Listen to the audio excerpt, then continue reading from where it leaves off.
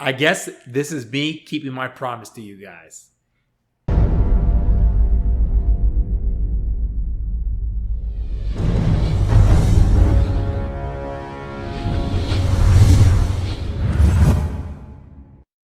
Hello, welcome back. It's your man, Smart Moolah. Before I get into anything about Apple, let's just get the business side of the house done. You guys know I used to be an investment broker, and I get my information and provide my information off of my knowledge and experiences that I had or have when I was an investment broker. But I'm not that now.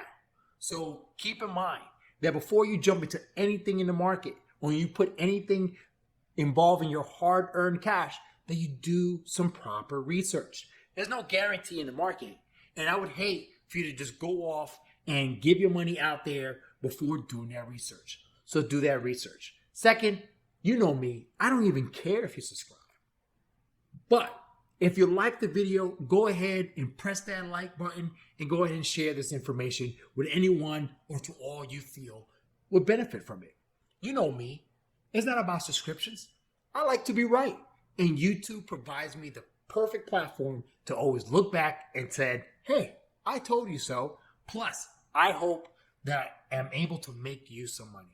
Now that we're done with the business side of the house, you're here for one or two reasons. One, we all know Apple today on April 28th destroyed their earnings.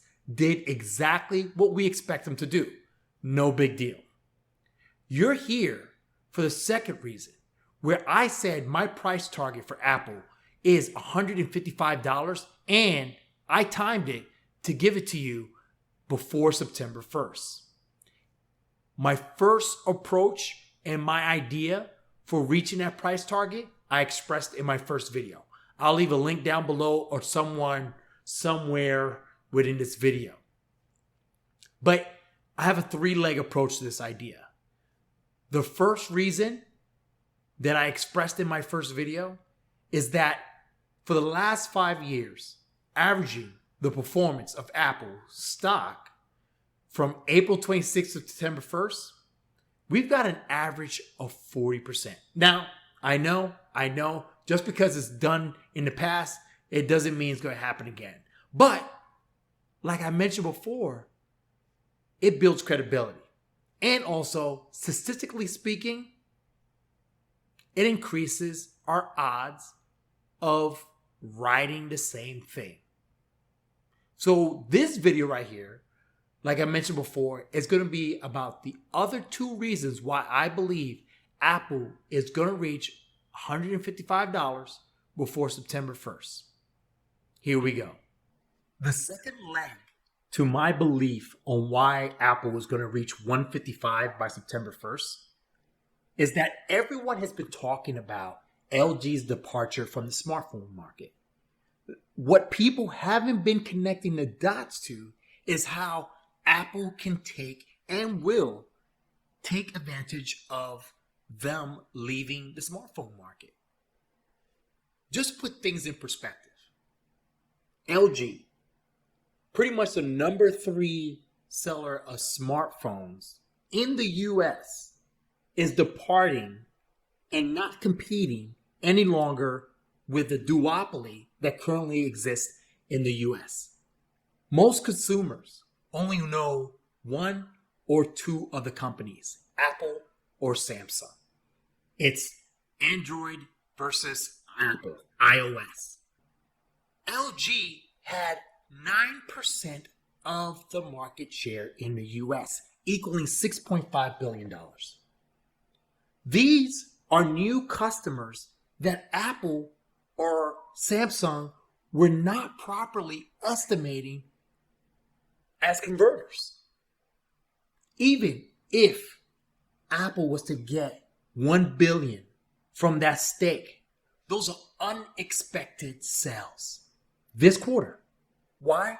Because LG is not going to have a 5G phone there for their loyal LG customers. LG is not going to properly be able to support them, though they say they may or will, properly support those LG smartphones in the future. That just leaves those LG customers high and dry. And where they're going to go? Samsung or Apple. Now, here's why I'm excited about those customers coming to Apple. We all know it doesn't stop at the smartphone. We all know it doesn't stop at just signing a 2-year contract with T-Mobile or Verizon. What we know about Apple is that not only are the smartphones the bread and butter of the company, but also the services. These are new customers that are going to buy the smartphone, take advantage of the services. Importantly, most importantly, pay for those services. And then, ta-da, there are new products in the pipeline that they just came out with their spring event last week. New iPhone, new iPad, new iMac. The thing just goes on.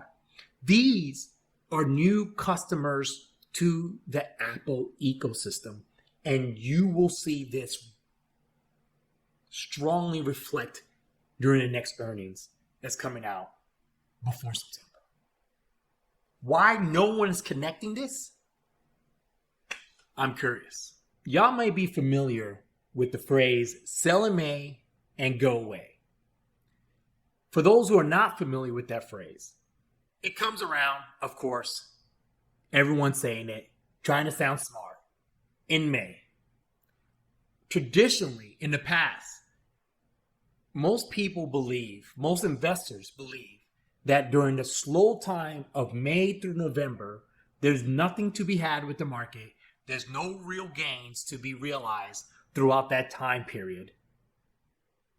It's just sell your portfolio, diversify, de-invest, and go to the beach. Go to the Hamptons. No longer are we in a world where we're so limited with how we can stay connected to the market that if we go to the beach, we can't check our smartphones.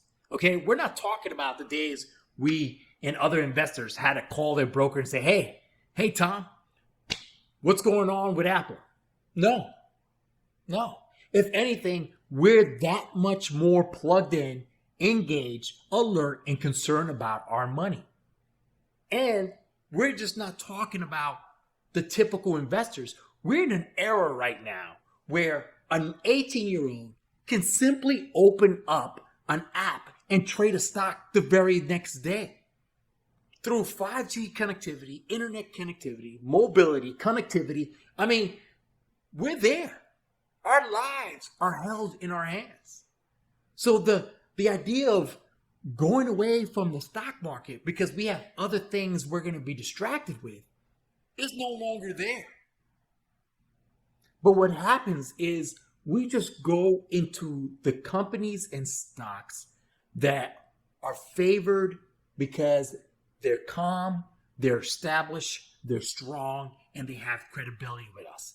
Apple matches all of that. We're talking about a company that just announced an aggressive buyback plan.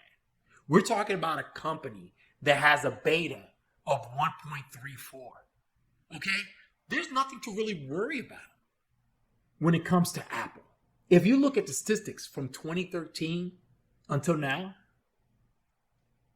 the sell in May and go away thing is not apparent.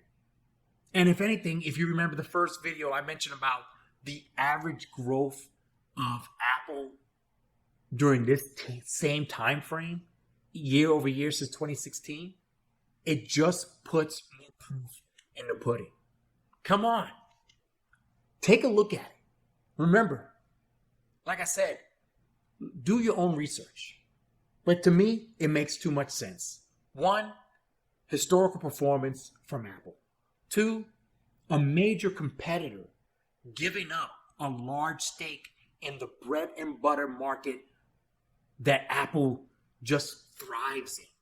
And then 3, a total misunderstanding of how the market now performs during this time in the summer. So, thank you for your time. I hope I brought something new to you. I hope I brought something different to you. And most importantly, I hope I brought something profitable to you. Thank you for watching Smart Moolah.